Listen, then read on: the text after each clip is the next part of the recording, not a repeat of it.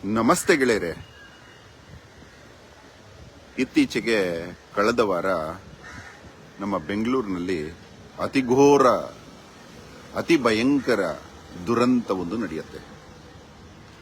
ಅದು ಏನು ಅಂದ್ರೆ 2 ಹತ್ಯೆ ಮಾಡಿದ ಹಂತಕ ತಾನು ಆತ್ಮಹತ್ಯೆ ಮಾಡಿಕೊಳ್ತಾನೆ. ಈ ಹತ್ಯೆಯ ಹಿಂದಿನ ಕಾರಣ ಏನು?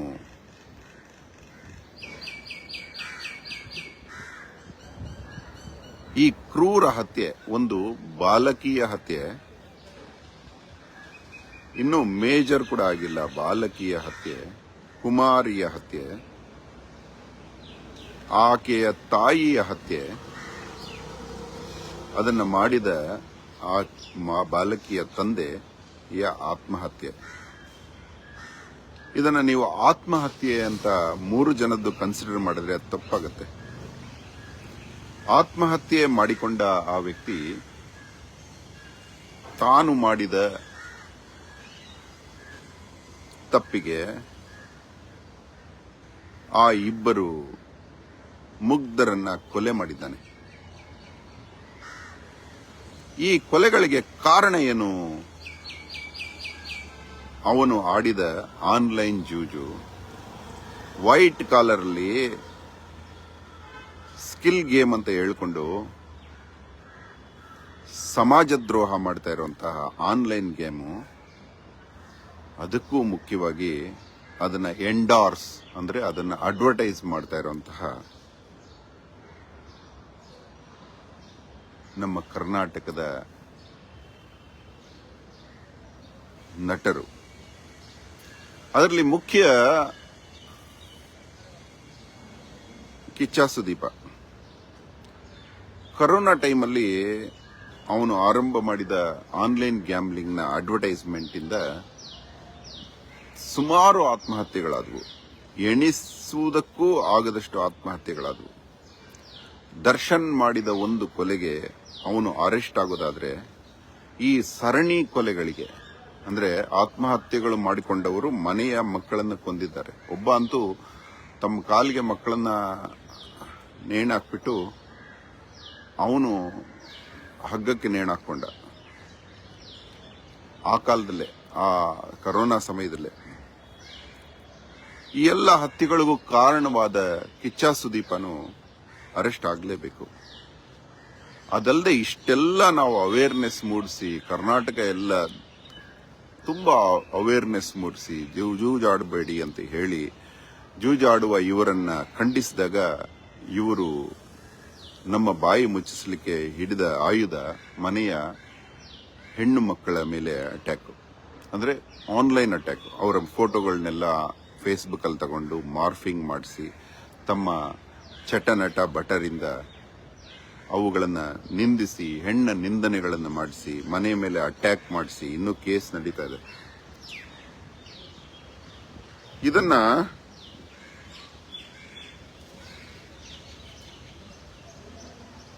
ಆಕ್ಚುಲಿ ಆ ಮಗುವಿನ ಸಾವು ಕಣ್ಣಲ್ಲಿ ನೀರು ಬರ್ಸುತ್ತೆ. ಯಾಕಂದ್ರೆ ಆ ಮಗು ಇನ್ನು ಜಗತ್ತನ್ನು ನೋಡಬೇಕು ಅಂತ ಆಸೆ ಪಡೋ ವಯಸ್ಸಲ್ಲಿ ಸ್ವಂತ ತಂದೆ ತಾಯಿನೇ ಕೊಂದ್ಬಿಟ್ರೆ ಅದಕ್ಕಿಂತ ಘೋರ ದುರಂತ ಇದೆಯಾ? ಯಾಕೆ ಅವರಿಗೆ ಕರುಳಿಲ್ವಾ? ಇದನ್ನ ಯಾಕೆ ಸರ್ಕಾರ ತೀವ್ರವಾಗಿ ಗಮನಿಸ್ತಾ ಇಲ್ಲ? ಎಂಡಾರ್ಸ್ ಮಾಡಿರೋರ್ನ ಯಾಕೆ ಅರೆಸ್ಟ್ ಮಾಡಲಿಲ್ಲ? ಅದಕ್ಕೆ ಮೊದಲು ಪ್ರಕಾಶ್ ರಾಜ್ ಎಂಡಾರ್ಸ್ ಮಾಡಿದ್ದ, ಅವನು ಇದರಲ್ಲಿ ಭಾಗಿ. ಕುರಿ ಪ್ರತಾಪ, ಅವನು ಮೊನ್ನೆ ಡೈವರ್ಸ್ ಆದ ಚಂದನ್ ಶೆಟ್ಟಿ, ಇವ್ರಿಗೆ ದೇವರು ಪನಿಷ್ ಕೊಡ್ತಾ ಇದಾರೆ. ಒಂದು ಕಿಚ್ಚ ಸುದೀಪನ ಎಲ್ಲ ಪಿಕ್ಚರು ಫ್ಲಾಪ್ ಆಗಿ ರೋಡ್ಗೆ ಬರ್ತಾ ಇದ್ದಾನೆ. ಇದು ದೇವರು ಪನಿಷ್ ಮಾಡ್ತಾ ಇದ್ದಾರೆ. ಯಾಕಂದ್ರೆ ದೇವರು ತನ್ನ ಜಾಗದಲ್ಲಿ ಕರೆಕ್ಟ್ ಆಗಿದ್ದಾರೆ. ದೇಶ ಯಾಕೆ ಇವ್ರನ್ನ ಪನಿಷ್ ಮಾಡ್ತಾ ಇಲ್ಲ? ಇವ್ರನ್ನ ಪನಿಷ್ ಮಾಡಿಸದೇ ಇದ್ದಿದ್ದಕ್ಕೆ, ಮತ್ತೆ ಇವರ ಕಡೆಯವರು ಈ ಆನ್ಲೈನ್ ಜೂಜನ್ನ ಖಂಡಿಸಿದ್ದಕ್ಕೆ ಇವರು ಅಹೋರಾತ್ರನ ಮನೆಯ ಮೇಲೆ, ಅದು ತಾನು ಉಳ್ಕೊಂಡಿದ್ದ ಬಂಧುಗಳ ಮನೆಯ ಮೇಲೆ ಅಟ್ಯಾಕ್ ಮಾಡಿಸಿ, ತೀವ್ರವಾದ ಅಟ್ಯಾಕ್, ಮಾರಣಾಂತಿಕವಾದ ಅಟ್ಯಾಕ್ ಮಾಡಿಸಿದಾಗ ಆ ಕೇಸ್ ಮುಚ್ಚಲು ಪ್ರಯತ್ನ ಪಟ್ಟಿದ್ದು ಅಂದಿನ ಹೋಮ್ ಮಿನಿಸ್ಟರ್ ಬೊಮ್ಮಾಯಿ ಮತ್ತೆ ಯಡಿಯೂರಪ್ಪ ಅವರು ಕೂಡ ಲೀಗಲ್ ಕೇಸುಗಳಲ್ಲಿ ಸಿಕ್ಕಾಕೋತಾ ಇದ್ದಾರೆ. ಇದು ದೇವರ ಲೀಲೆ. ಮಾಮ ಅನ್ಕೊಂಡು ಕೇಸ್ ಪಬ್ಲಿಕ್ ಟಿವಿಗಳಲ್ಲೂ ಬರ್ದಂಗ್ ಮಾಡ್ಬಿಟ್ರು. ಮತ್ತೆ ಎಂತ ದೊಡ್ಡ ಆಫೀಸರು, ಪರಿಚಯ ಇರೋರು ಇಲ್ಲದೆ ಇರೋರು ಕೈ ಕಟ್ಕೊಂಡು ಕೂತ್ಕೊಂಡ್ಬಿಟ್ರು, ನಾವೇನು ಮಾಡಕ್ಕಾಗಲ್ಲ ಅಂತ. ಕೋರ್ಟಲ್ಲೆಲ್ಲ ಓಪನ್ ಆಗುತ್ತೆ, ಅದು ಬೇರೆ. ಭಗವಂತ ಯಾವತ್ತೂ ಬಿಡೋದಿಲ್ಲ. ಎಲ್ಲರೂ ಸರಣಿಯಲ್ಲಿ ಮಾಡಿದಾರೋ ಮಾಡಿಲ್ವೋ, ಯಾವುದೋ ಪೋಕ್ಸೋ ಕೇಸ್ ಅಂತೆ, ಆ ಕೇಸ್ ಅಂತೆ, ಭ್ರಷ್ಟಾಚಾರದ ಕೇಸ್ ಅಂತೆ ಸಿಕ್ಕಾಕೊಂಡು ವಿಲ ಒದ್ದಾಡ್ತಾ ಇದ್ದಾರೆ ಕಾನೂನಿನಲ್ಲಿ ಕೈ ಹಾಕಿದ್ದಕ್ಕೆ.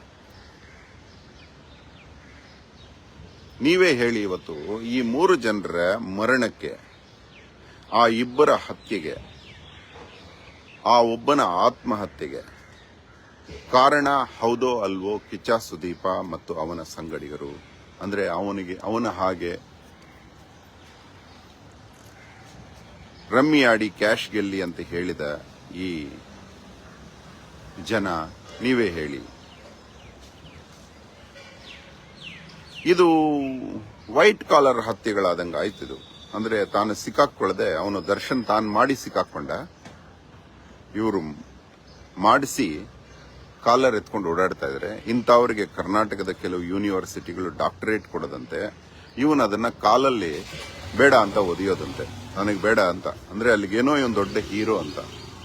ಅಹೋರಾತ್ರ ಬಾಯಿ ತೆರೆದ್ರೆ ಯಾರ್ಯಾರು ಎಷ್ಟೆಷ್ಟು ಡಾಕ್ಟರೇಟ್ಗಳನ್ನ ಹೇಗೆ ತಗೊಂಡ್ರು ಅಂತ ಆಚೆ ಬರುತ್ತೆ. ನನಗದೆಲ್ಲ ಇಷ್ಟ ಇಲ್ಲ. ಅವರವ್ರ ಕರ್ಮ ಅದು. ಅವನ್ ಡಾಕ್ಟರೇಟ್ಗಳು 100 ತಗೊಳ್ಳಿ, ನನಗೆ ಒಬ್ರು ಇಷ್ಟ. ಸರ್ ಎಂ ವಿಶ್ವೇಶ್ವರಯ್ಯ ಮತ್ತೆ ನಮ್ಮ ನಟರು ತುಂಬಾ ಒಳ್ಳೆಯವರಿಗೆ, ಕೆಲವರಿಗೆ ಡಾಕ್ಟರೇಟ್ ಬಂದಿದೆ.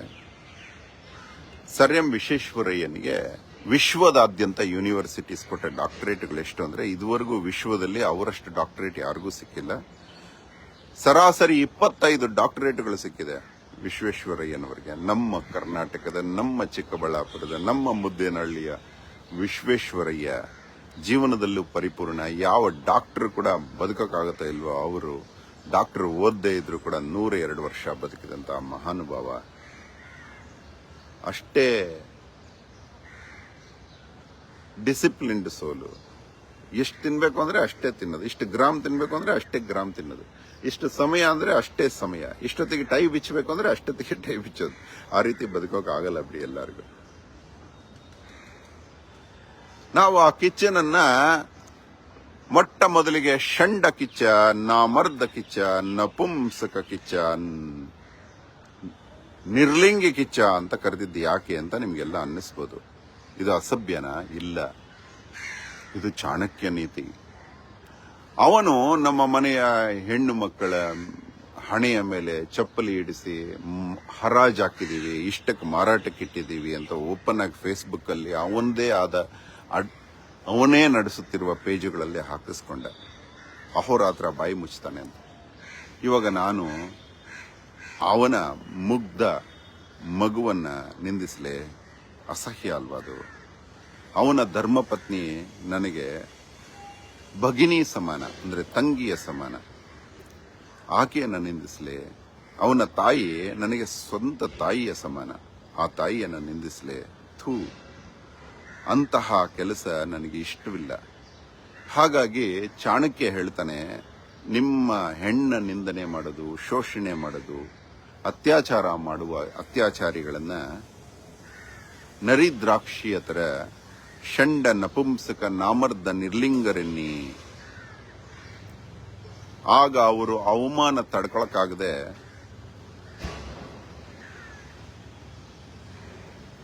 ತಲೆ ಮರೆಸ್ಕೊಂಡು ಓಡಾಡ್ತಾರೆ. ಹಳ್ಳಿಗಳಲ್ಲಿ ಒಂದ್ಸಲ ಷಂಡ ಮುದ್ರೆ ಬಿತ್ತು, ಯಾರ ಹೆಂಡತಿ ಬಂದು ನನ್ನ ಗಂಡ ಷಂಡ ಅಂತ ಹೇಳಿದ್ರೆ ಅವನು ಆತ್ಮಹತ್ಯೆ ಮಾಡ್ಕೋತಿದ್ದ ಅವಮಾನಕ್ಕೆ. ಇದು ಟಿಪ್ಪು ಸುಲ್ತಾನ್ ಸಮಯದಲ್ಲೂ ನಡೀತು. ಅನೇಕ ದಂಡ ನಾಯಕರು, ದಳವಾಯಿಗಳು, ದಳಪತಿಗಳು ಹೆಣ್ಣು ಮಕ್ಕಳನ್ನ ಹಾರಿಸ್ಕೊಂಡೋಗಿ ಅತ್ಯಾಚಾರ ಎಸಗಿದಾಗ ಆ ಹೆಣ್ಣು ಮಕ್ಕಳು ಆಚೆ ಬಂದು ಅಯ್ಯಯ್ಯೋ ಇವನು ದೊಡ್ಡ ಷಂಡ ಅಂತ ಹೇಳ್ತಿದ್ರು. ಆ ದಳವಾಯಿನೇ ಊರಲ್ಲಿ ಓಡಾಡದೆ ಆತ್ಮಹತ್ಯೆ ಮಾಡ್ಕೋತಿದ್ದ. ಇದನ್ನ ದಳವಾಯಿಯ ಆತ್ಮಕಥೆ ಎನ್ನುವ ಪುಸ್ತಕದಲ್ಲಿ ಇದೆ, ಓದಿನಿ. ಅದಕ್ಕೆ ನಾವು ಅದೇ ತಂತ್ರವನ್ನು ಬಳಸಿ ಕಿಚ್ಚನನ್ನ ಡಾಕ್ಟರೇಟ್ ಅವನು ತಗೊಂಡ ಇಲ್ವೋ, ನಮ್ಮ ಷಂಡ್ರೇಟ್ ಅವನು ತಗೊಂಡ, ಸ್ವೀಕರಿಸ್ದ ಅವನು. ಅವನನ್ನ ಷಂಡ ಮುದ್ರೆ ಹಾಕಿದ್ವಿ. ಅವತ್ತಿಂದ ಅವನ ಹೆಣ್ಣ ನಿಂದನೆಗಳು ಕಡಿಮೆ ಆಯಿತು. ಅವನಿಗೇನು ದಿಕ್ಕೇ ತೋಚಲಿಲ್ಲ, ಏನಿದೆ ಕೇಳೋದು. ಗಂಡು ಅಲ್ಲದವನು ಷಂಡ ಅಂತಷ್ಟೇ. ಅಂದ್ರೆ ಗಂಡ ಅಲ್ಲದವನು ಷಂಡ. ಗಂಡ ಅಂದ್ರೆ ಹೆಂಡತಿಯನ್ನ ತುಂಬಾ ಸುಂದರವಾಗಿ ಚೆನ್ನಾಗಿ ನೋಡ್ಕೊಳ್ಳುವಂತವನು ಗಂಡ, ಅದು ಅಲ್ಲದವನು ಷಂಡ ಅಂತ. ಅದನ್ನ ನಾವು ಅವನಿಗೆ ಮುದ್ರೆ ಹಾಕಿದ್ವಿ. ಆವತ್ತಿನಿಂದ ಅವನು ಷಂಡ ಕಿಚ್ಚ, ಷಂಡ ಸುದೀಪ, ನಾಮರ್ದ ಸುದೀಪ, ನಾಮರ್ದ ಕಿಚ್ಚ, ನಿರ್ಲಿಂಗಿ ಸುದೀಪ, ನಿರ್ಲಿಂಗಿ ಕಿಚ್ಚ, ನಪುಂಸಕ ಸುದೀಪ, ನಪುಂಸಕ ಕಿಚ್ಚ ಅಂತ ಹೇಳಿ ಅವನ ಕಾಟ ಕಡಿಮೆ ಆಗೋ ತರ ಮಾಡಿದ್ವಿ ಕರ್ನಾಟಕದಲ್ಲಿ. ಆದ್ರೂ ಕೂಡ ಇವತ್ತಿಗೂ ಆತ್ಮಹತ್ಯೆ ಆಗ್ತಾ ಇದೆ ಅಂದ್ರೆ ಅವನೇ ಜವಾಬ್ದಾರಿ. ಇಂಥವನೇ ಹೇಳಿದಾನೆ ಅಂದ್ರೆ, ಇವಾಗ ಕಾಲ್ಗೇಟ್ ಬಳಸಿ ಅಂತ ಒಬ್ಬ ಅಡ್ವರ್ಟೈಸ್ಮೆಂಟ್ ಹೇಳ್ತಾನೆ, ಅದನ್ನ ಬಳಸಿದ್ದಾರೆ ಅಂದ್ರೆ ಅವನು ಹೇಳಿದಾನೋ ಅವನ್ನೇ ಅದಕ್ಕೆ ಕಾರಣ ಆಗ್ತಾನೆ. ಇವಾಗ ರಾಮದೇವ್ ಮಾಡಿರೋ ತಪ್ಪಿಗೆ ಅವನು ಕೋರ್ಟಲ್ಲಿ ಖಂಡನೆಗೆ ಈಡಾದ್ನಲ್ಲ, ಹಂಗೆ ಇವನು ಮಾಡಿದ್ದಕ್ಕೆ ಇವತ್ತು ಆ ಸಾವುಗಳಾಗ್ತಾ ಇದೆ.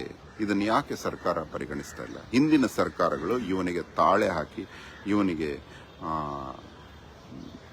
ಮೆರವಣಿಗೆ ಮಾಡಿದ್ದಕ್ಕೆ ಅವರು ಸರ್ಕಾರನೇ ಬಿದ್ದಂಗಾಯ್ತು. ದೇಶದಲ್ಲೇ ಇದ್ದ ಸರ್ಕಾರ ರಾಷ್ಟ್ರದಲ್ಲಿ ಇಲ್ಲದಂಗಾಯ್ತು. ಇದು ದೈವಲೀಲೆ. ಇವತ್ತಿನ ಸರ್ಕಾರ ಕೂಡ ಇದನ್ನ ಕಣ್ಣು ಮುಚ್ಚಿಕೊಂಡು ನೋಡಿದ್ರೆ, ಇದಕ್ಕೆ ಎನ್ಕ್ವೈರಿ ಮಾಡಿಸಿ ಈ ಎಲ್ಲ ಎಂಡಾರ್ಸ್ ಮಾಡಿರೋರ್ನ ಒಳಗೆ ಹಾಕಿಸದೇ ಇದ್ರೆ ಈ ಸರ್ಕಾರಕ್ಕೂ ಅದೇ ಗತಿ ಬರುತ್ತೆ. ಸರ್ಕಾರದ ಒಬ್ಬೊಬ್ಬ ಪ್ರತಿನಿಧಿ ಮತ್ತೆ ಅಷ್ಟೆಲ್ಲ ನೀವು ಸರ್ಕಾರ, ನಿಮ್ಮಲ್ಲಿ ಒಂದೇ ಒಂದು ಪ್ರಶ್ನೆ ದಯವಿಟ್ಟು ಕೇಳ್ತೀನಿ. ನೀವು ಅಷ್ಟೆಲ್ಲ ಎಲ್ಲ ಉಚಿತವಾದ ಕೆಲಸಗಳು ಮಾಡ್ತಾ ಇದ್ರಿ, ಉಚಿತ ವಿದ್ಯುತ್ ಶಕ್ತಿ ಕೊಡ್ತಾ ಇದ್ರಿ, ಅದು ಅಗ್ನಿ. ಉಚಿತ ವಾಯು ಏನೋ ದೇವರು ಕೊಡ್ತಾ ಇದ್ದಾರೆ, ಅದು ವಾಯು. ಉಚಿತ ಆಹಾರಗಳು ಸ್ವಲ್ಪ ಕೊಡ್ತಾ ಇದ್ರಿ, ಅದು ಆಹಾರ ಅಂದ್ರೆ ಅದು ಭೂಮಿ. ಉಚಿತ ನೀರು ಯಾಕೆ ಕೊಡ್ತಿಲ್ಲ? ನೀರು ಯಾಕೆ ಮಾರ್ತಾ ಇದ್ದೀರಿ ಸರ್ಕಾರ? ದಯವಿಟ್ಟು ಕೇಳಿ. ಆ ನೀರನ್ನು ಕೂಡ ಒಂದ್ಸಲ ಜನಕ್ಕೆ ಫ್ರೀಯಾಗಿ ಕೊಟ್ರೆ ಎಷ್ಟು ಚೆನ್ನಾಗಿರುತ್ತೆ. ಆ ನೀರು ಮಾರುವಂತಹ ದುರ್ಗತಿ ನಮಗೆ ಯಾಕೆ ಕರ್ನಾಟಕದವರಿಗೆ? ಬೇರೆ ಬೇರೆ ರಾಷ್ಟ್ರಗಳಿಗೆ ನೀರು ಕೊಡುವ ನಮಗೆ ನಮ್ಮ ಜನರ ಹತ್ರ ನೀರು ಖರೀದಿಸುವಂತಹ ಪರಿಸ್ಥಿತಿ ಯಾಕೆ ಮಾಡ್ತಾ ಇದ್ದೀರಿ? ಹೆಂಗೋ ಉಚಿತ ವಿದ್ಯುತ್ ಕೊಡ್ತಾ ಇದ್ರಲ್ಲ, ಅದೇ ವಿದ್ಯುತ್ತಿಂದ ನೀರನ್ನ ಶುದ್ಧ ಮಾಡಿ ಕೊಡಿ ದಯವಿಟ್ಟು. ನಿಮ್ಮನ್ನ ದಮ್ಮಯ್ಯ ಎಂದು ಕೇಳಿಕೊಳ್ಳುತ್ತೇನೆ. ಭವತಿ ನೀರಾಂದೇಹಿ, ಭವತಿ ಜಲಾಂದೇಹಿ ಅಂತ ನಿಮ್ಮನ್ನ ತಲೆಬಾಗಿ ಕೇಳುತ್ತೇನೆ. ಜನಗಳಿಗೆ ನೀರನ್ನಾದರೂ ಫ್ರೀಯಾಗಿ ಕೊಡಿ. ಇದು ನಿಮ್ಮಲ್ಲಿ ಅಹೋರಾತ್ರನ ಮನವಿ. ತನ್ನ ತಪ್ಪಿನ ಅರಿವಾಗದೆ ಇವತ್ತಿಗೂ ತಲೆ ಮರೆಸ್ಕೊಂಡು ಬದುಕ್ತಾ ಇರೋ ಪಿಕ್ಚರ್ಗಳೆಲ್ಲ ರಿಲೀಸ್ ಆಗ್ತಾ ಇದೆ. ಅವನು ಯಾರು ಅದಕ್ಕೆ ಅಪಪ್ರಚಾರ ಮಾಡಂಗೆ ಇಲ್ಲ. ಅವನು ಪಿಕ್ಚರ್ ನೆಲ ಕಚ್ಕೊಂಡು ಹೋಗುತ್ತೆ. ಅವನ ಮುಖ ಎಲ್ಲಿದೆ? ಅವನಿಗೆ ಪ್ರೊಡ್ಯೂಸರ್ಸ್ಗೆ ದುಡ್ಡು ಲಾಸ್ ಆಗುತ್ತಷ್ಟೇ. ಇಂಥವ್ರನ್ನ ಹಾಕೊಂಡು ಪಿಕ್ಚರ್ ತೆಗಿತೀರಿ. ಅದ್ರ ಬದಲು ಹೊಸ ಹೊಸ ಹೀರೋಗಳನ್ನ ತಗೊಂಡ್ ಬಂದ್ರು, ಪ್ರಾಮಾಣಿಕತೆ ಇರುವಂತ ಹೀರೋಗಳನ್ನ ಪರಿಚಯಿಸ್ರು. ಏನು ಭ್ರಷ್ಟಾಚಾರ ನೀವು ಮಾಡದಿದ್ರು, ನೀವು ರಾಮನಾಗಿದ್ರು, ನಿಮ್ಮ ಮಕ್ಕಳು ಮಾಡಿದ್ರು ಸಿಕ್ಕಾಕೋತೀರಿ ಅನ್ನೋದಕ್ಕೆ ಇವತ್ತು ಉದಾಹರಣೆ ನಮ್ಮ ಕಣ್ಮುಂದೆ ನಡೀತಾ ಇದೆ. ತುಂಬಾ ಕಷ್ಟದ ಕೆಲಸ. ಇನ್ನೊಂದು 7 ವರ್ಷ ನೋಡಿ, ಭ್ರಷ್ಟಾಚಾರ ಮಾಡುವ ಇಚ್ಛೆ ಇರೋರು ಸರ್ಕಾರದಲ್ಲಿ ಬರದೇ ಇಲ್ಲ. ಅಯ್ಯೋ, ಈ ಸರ್ಕಾರ ಜೈಲ್ಗೆ ಹಾಕತ್ತೆ, ಇಲ್ಲಾಂದ್ರೆ ಇರೋದನ್ನ ಕಳ್ಕೋಬೇಕಾಗತ್ತೆ ಈ ಉಚಿತ ಗಿಫ್ಟ್ಗಳಿಂದ. ಅದಕ್ಕೆ ನಾವು ವ್ಯಾಪಾರಗಳೇ ಮಾಡ್ಕೋತೀವಪ್ಪ, ಯಾರಾದ್ರೂ ಈ ಸವಾಸನೆ ಬೇಡ ಅಂತ ಹೊರಟೋಗ್ತಾರೆ. ತುಂಬಾ ಪ್ರಾಮಾಣಿಕ ದೇಶಭಕ್ತಿ ಇರುವಂತ ಜನ ಮಾತ್ರ ದೇಶನ ಆಳೋದಕ್ಕೆ ಬರ್ತಾರೆ. ಸೇವಕರಾಗಿ ದೇಶನ ಅಡ್ಮಿನಿಸ್ಟ್ರೇಟ್ ಮಾಡ್ತಾರೆ. ಚಿಂತೆ ಮಾಡಬೇಡಿ. ಭೂಮಿಗಳು ಅಷ್ಟೇ, ತುಂಬಾ ಜನ ಕಬ್ಜಾ ಮಾಡ್ಕೊಂಡಿದ್ದಾರೆ. ಮಿನಿಸ್ಟರ್ಸ್ ನಾಚಿಕೆಗೆಟ್ಟವರು. ಅದೆಲ್ಲ ವಾಪಸ್ ಸಿಗತ್ತೆ. ಅವರು ಕೂಡಿಟ್ಟಿದ್ದಕ್ಕೆ ಅವ್ರಿಗೆ ಸ್ವಲ್ಪ ಟ್ಯಾಕ್ಸ್ ಕೊಡಬೇಕಾಗುತ್ತೆ ಗೌರ್ಮೆಂಟು. ಎಲ್ಲರೂ 1000 ಎಕರೆ 2000 ಎಕರೆ ಬೇನಾಮಿಗಳು ಎಲ್ಲ ಮಾಡ್ಕೊಂಡಿರೋರು ಮಕ್ಕಳೆಲ್ಲ ಜೈಲಿಗೆ ಹೋಗ್ಬಿಟ್ಟು ಆ ಅಣ್ಣ ಈ ಅಣ್ಣ ಎಲ್ಲರ ಮಕ್ಕಳು ಜೈಲಿಗೆ ಹೋಗ್ಬಿಟ್ಟು ಆಸ್ತಿಗಳನ್ನು ಅನುಭವಿಸೋರಿಲ್ಲದೆ ಆ ಆಸ್ತಿಗಳು ಸರ್ಕಾರ ತಗೊಂಡ್ಬಿಡುತ್ತೆ, ಮತ್ತೆ ಉಳುವವನದೇ ಭೂಮಿಯಾಗುತ್ತೆ. ಇದೆಲ್ಲ ನಡೆಯುತ್ತೆ. ಆ ಸಂದರ್ಭಕ್ಕೋಸ್ಕರ ಕಾಯೋಣ. ಈ ಕಿಚ್ಚ ಸುದೀಪ್ ಜ್ಞಾಪಕ ಬರೆದಿದ್ರು ಪರವಾಗಿಲ್ಲ, ಆತ್ಮಹತ್ಯೆಗಳು ನಿಂತರೆ ಸಾಕಾಗಿದೆ. ಪ್ರತಿ ಆತ್ಮಹತ್ಯೆ ಮತ್ತೆ ಹತ್ಯೆಗಳ ಹಿಂದೆ ನೋಡಿ ಅವರಪ್ಪ ಏನ್ ತಪ್ಪು ಮಾಡಿದಾನ ಗೊತ್ತಿಲ್ಲ. ಅವನು ಆ ಮಗು ಯಾಕಪ್ಪ ನಾನು ಸಾಯ್ಬೇಕು ಅಂದಿದ್ರೆ ಏನು ಉತ್ತರ ಕೊಡಕ್ಕಾಗುತ್ತೆ? ಅವನು ನಾನು ಇಂಥ ತಪ್ಪು ಮಾಡಿ ಏನೂ ತಪ್ಪು ಗೊತ್ತಿಲ್ಲದೆ ಸಾಯೋದಂತ ಪರಿಸ್ಥಿತಿ ಆ ಮಗು ತಂದಿಯಲ್ಲೋ ಲೈ, ಎಂತ ತಪ್ಪು ಮಾಡ್ಬಿಟ್ಟಿಯೋ ನೀನು ಲೈ.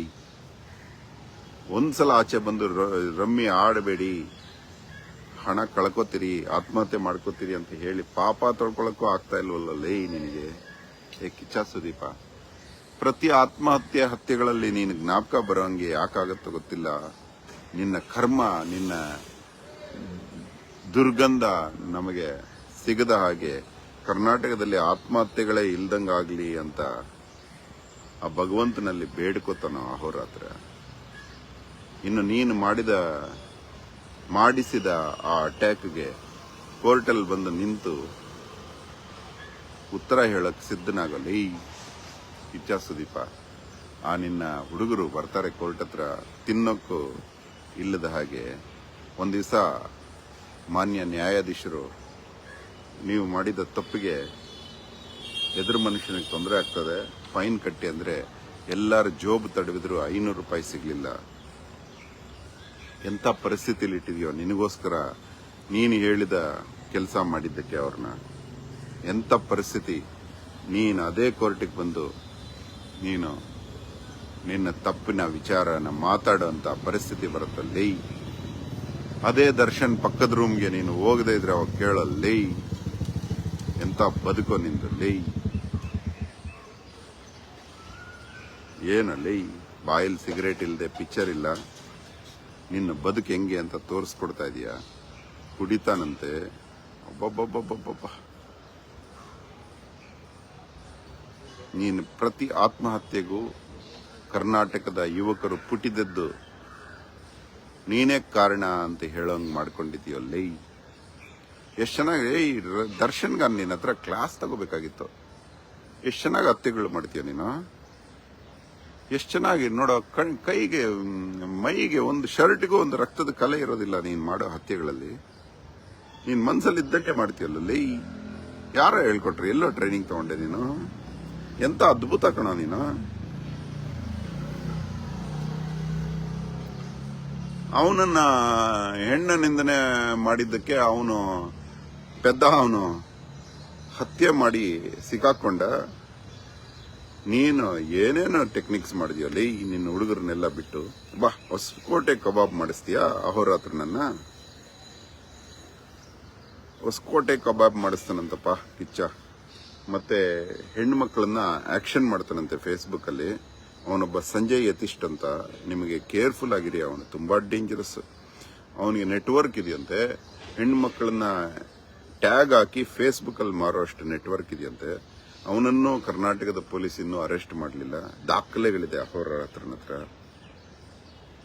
FIR ಕಾಪಿ ಇದೆ. ಸಂಜಯ್ ಯತೀಶ್ ಅಂತ ಕಿಚ್ಚ ಸುದೀಪನ್ ಕೇಸಲ್ಲಿ.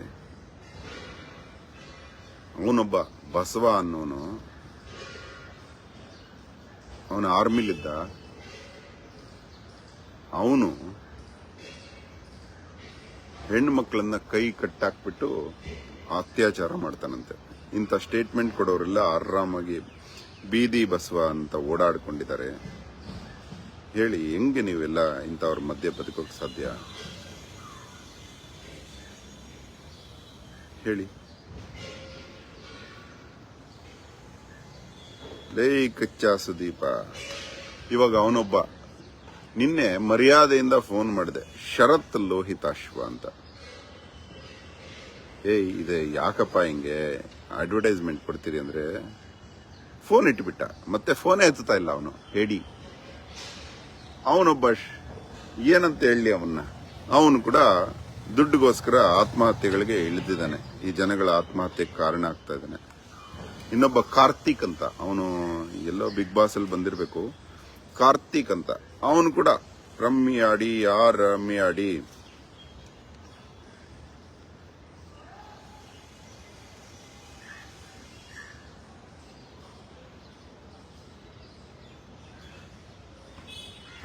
ಅಂತ ಹೇಳ್ತಾ ಇದ್ದಾನೆ. ಅವನಿಗೂ ಫೋನ್ ಮಾಡಬೇಕು.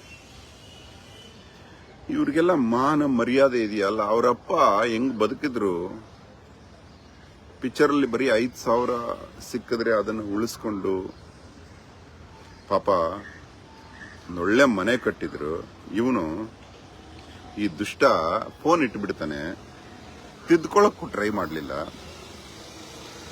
ಇಂಥವರೆಲ್ಲ ಅವನು ನೋಡಿ ಅವನು 1 ವರ್ಷದಲ್ಲಿ ಅನುಭವಿಸ್ಬಿಟ್ಟ. ಅವನು ಚಂದನ್ ಶೆಟ್ಟಿ ಬೈತಾನೆ ಉಲ್ಟಾ.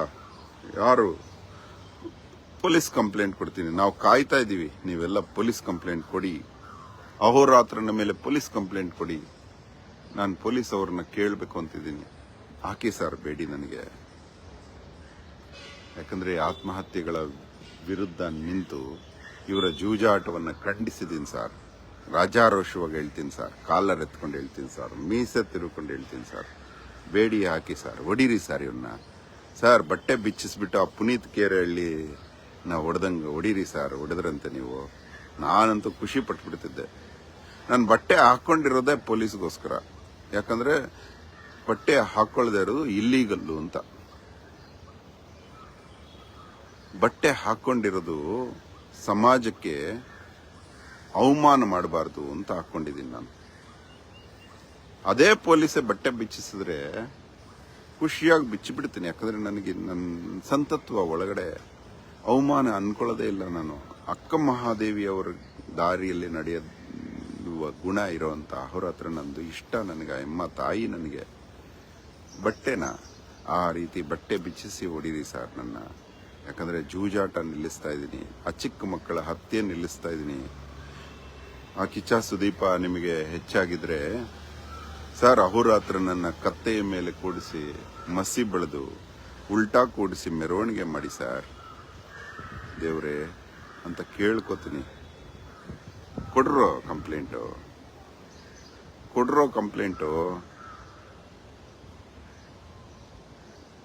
ಕೊಡ್ರೋ ಅವ್ರ ಹತ್ರನ ಮೇಲೆ ಕಂಪ್ಲೇಂಟು. ಹಂಗಾದ್ರೂ ಶಾಂತಿಯಾಗಿರ್ತೀನಿ. ಈ ಜಗತ್ತಲ್ಲಿ ನ್ಯಾಯಕ್ಕೆ ಸಿಕ್ಕ ಪ್ರಸಾದವನ್ನ ಸ್ವೀಕರಿಸಿ ನಗುನಗುತ್ತಾ ಬದುಕಬೇಕು ಅಂತ ಆಸೆ ಆಗಿದೆ. ಕೊಡ್ರೋ ಕಂಪ್ಲೇಂಟು. ನಿಲ್ಲಿಸ್ರೋ ಪಾಪಗಳನ್ನ. ಹಂಗಾದ್ರೂ ನಿಲ್ಲಿಸ್ರೋ ಪಾಪಗಳನ್ನ.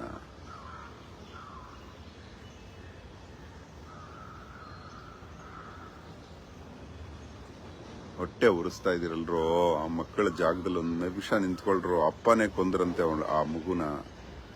ಅಪ್ಪ ಕೊಂದಾಗ ಮಗು ಎಲ್ಲೋ ಓಡುತ್ತೆ. ಯಾರೋ ಬೇರೆಯವರು ಕೊಂದ್ರೆ ಅಪ್ಪನ ಹತ್ರ ಓಡುತ್ತೆ. ಅಪ್ಪನೇ ಕೊಂದ್ರೆ ಎಲ್ಲೋ ಓಡುತ್ತೆ ಮಗು. ಪ್ಲೀಸ್ ಯಾರ್, ಇದು ಏನ್ ಸರಿ ಕಂಟ್ರೋ ಇದು? ಲೇ ಕಿಚ್ಚ ಸುದೀಪ, ನಿನ್ ಮಗು ನೀನ್ ಇಷ್ಟಪಡಲ್ವೇನಾ? ಆ ಮಗು ಆ ಪರಿಸ್ಥಿತಿಲಿದ್ರೆ ಹೆಂಗಿರ್ತೀಯ ನೋಡಲಿ ಕಿಚ್ಚ ಸುದೀಪ. ನಿನ್ ಮಗು ನಿನಗೆ ಬುದ್ಧಿ ಹೇಳಲಿಲ್ವೇನೋ? ಕರೆಂಟ್ ಅಫೇರ್ಸ್ ಓದಲ್ವೇನೋ ಆ ಮಗು ಪಾಪ? ಅಪ್ಪ ನನ್ಗಿಂತ ಚಿಕ್ಕ ಮಗು ಪಾಪ, ಅವರಪ್ಪನೇ ಕೊಂದಿದೆ. ಯಾಕಪ್ಪ ಇಂಥ ಕೆಲಸ ಮಾಡಿದೆ? ಇನ್ನಾದ್ರೂ ಸರಿಪಡಿಸ್ಕೋಪಪ್ಪ. ಜಗತ್ತಿನ ಮುಂದೆ ಬಂದು ಆಡ್ಬೇಡ್ರೋ ರಮ್ಮಿ ಅಂತ ಹೇಳಪ್ಪ ಅಂತ ಹೇಳ್ತಾ ಇಲ್ವೇನೋ?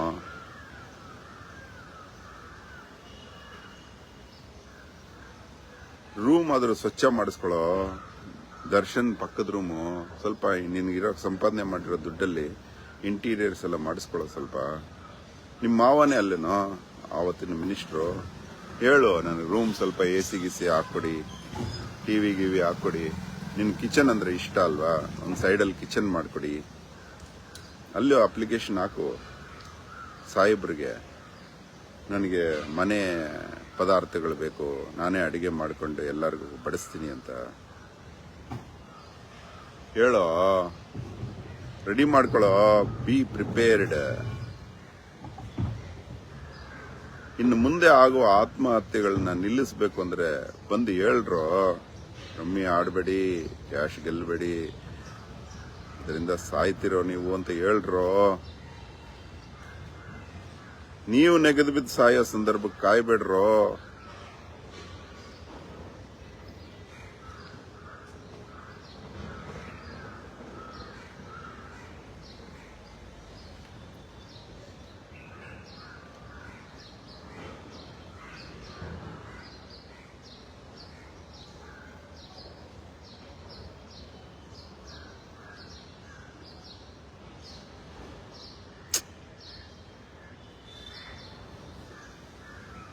ಇದ್ದೇ ಬರ್ತಲ್ಲ ಆ ಮಗು ಪರಿಸ್ಥಿತಿ ನೋಡಿ. ಎಷ್ಟು ಆಸೆಗಳು ತುಂಬಿಕೊಂಡಿರುವಂತ ವಯಸ್ಸು ಅದಲ್ಲಿ. 14 ವರ್ಷ ವಯಸ್ಸು ಹೆಂಗಿರುತ್ತೆ? 8ನೇ ಕ್ಲಾಸ್ ಅಂದ್ರೆ 14 ವರ್ಷ ವಯಸ್ಸು, 8 ವರ್ಷ ಆದ್ರೆ ಇನ್ನಷ್ಟು ಚಿಕ್ಕ ವಯಸ್ಸು. ಸಾಯೋ ಅಂತ ಪರಿಸ್ಥಿತಿ, ಕೊಲ್ಲೋ ಅಂತ ಪರಿಸ್ಥಿತಿ ತಂದಿದ್ರಲ್ಲೇ.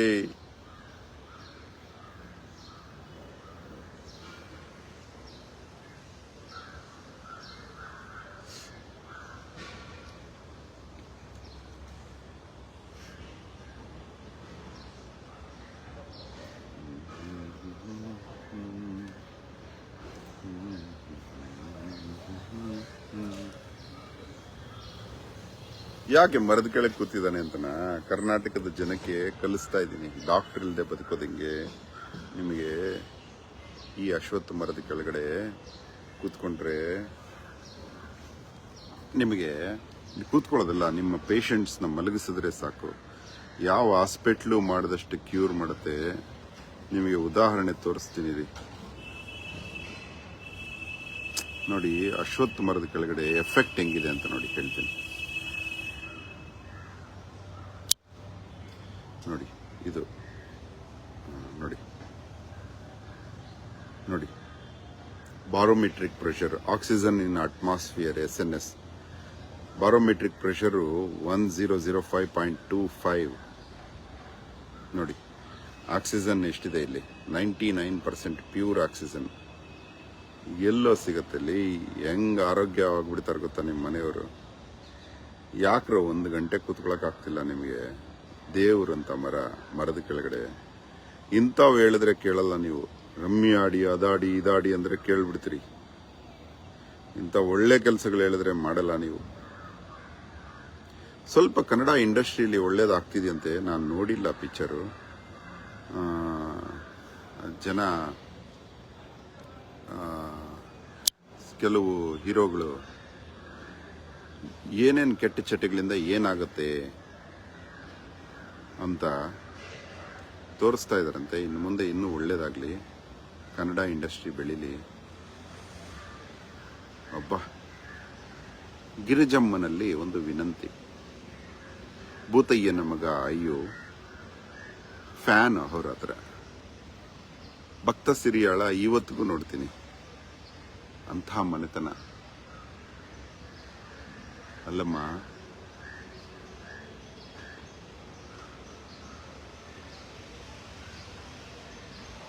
ಯಾಕಮ್ಮ ಹಂಗೆ ಹೇಳಿದೆ?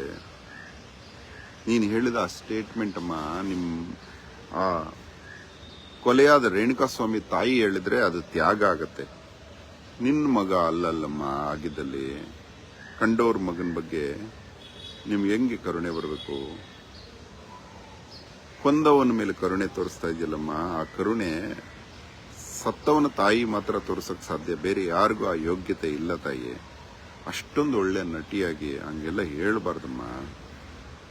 ದಯವಿಟ್ಟು ನಿನ್ನ ಮಾತನ್ನ ಪಬ್ಲಿಕಲ್ಲಿ ವಾಪಸ್ ತಗೋತಾಯಿ. ಹಂಗೆಲ್ಲ ಮಾಡಬೇಡಿ ನೀವು.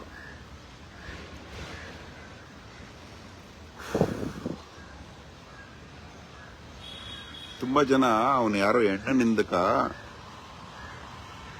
ಸತ್ತವನು ಒಂದು ಒಳ್ಳೇದು ಮಾಡಿದ್ದಾರೆ ಅಂದ್ರಲ್ಲ, ಇವನ್ಯಾನು? ಇವನು ಹೆಣ್ಣನಿಂದಕನೇ ಅಲ್ವಾ? ಹಾಗಾದ್ರೆ ಇವನು ಬದುಕುವ ಅರ್ಹತೆ ಇಲ್ಲ. ಶಿಕ್ಷೆ ಅಂದ್ರೆ ಶಿಕ್ಷಣ ಕಂಡಿರೋದು, ಮತ್ತೆ ಆ ತಪ್ಪು ಮಾಡಬಾರ್ದು ಅಂತ ಕಲಿಸೋದು ಶಿಕ್ಷೆ ಆಗತ್ತೆ. ಒಂದೇ ಒಂದು ಮಾತ್ರ ದಂಡನೆ, ಅದು ಮರಣ ದಂಡನೆ. ದಂಡನೆ ಅಂದ್ರೆ ಅದು ಮತ್ತೆ ಇವನು ಕಲಿಯೋದಕ್ಕೆ ಅರ್ಹನಲ್ಲ ಅಂತ ನೇಣಿಗಾಕೋದು. ಮಿಕ್ಕಿರೋ ಎಲ್ಲ ಶಿಕ್ಷೆಗಳಿರೋದು ಆಯಾ ತಪ್ಪಿಗೆ ಕೋರ್ಟ್ ಕೊಡೋದು ಶಿಕ್ಷಣ. ಇಷ್ಟು ತಿಂಗಳಲ್ಲಿ ಇವನಿಗೆ ಸರಿ ಮಾಡಬೇಕು, ಇಷ್ಟು ತಿಂಗಳಲ್ಲಿ ಇವನಿಗೆ ಸರಿ ಮಾಡಬೇಕು ಅಂತಿರೋದು.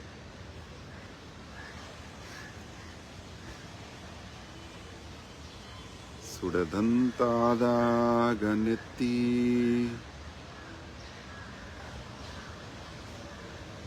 ಬಯಲಾಗುವನಿವನು, ಮಿತ್ರನಾದಾಗ ಶತ್ರು ಬಯಲಾಗುವನಿವನು. ಹುಲಿಯೆಲ್ಲವೂ ಕೊಂದಾಗ ಬಯಲಾಗುವನಿವನು.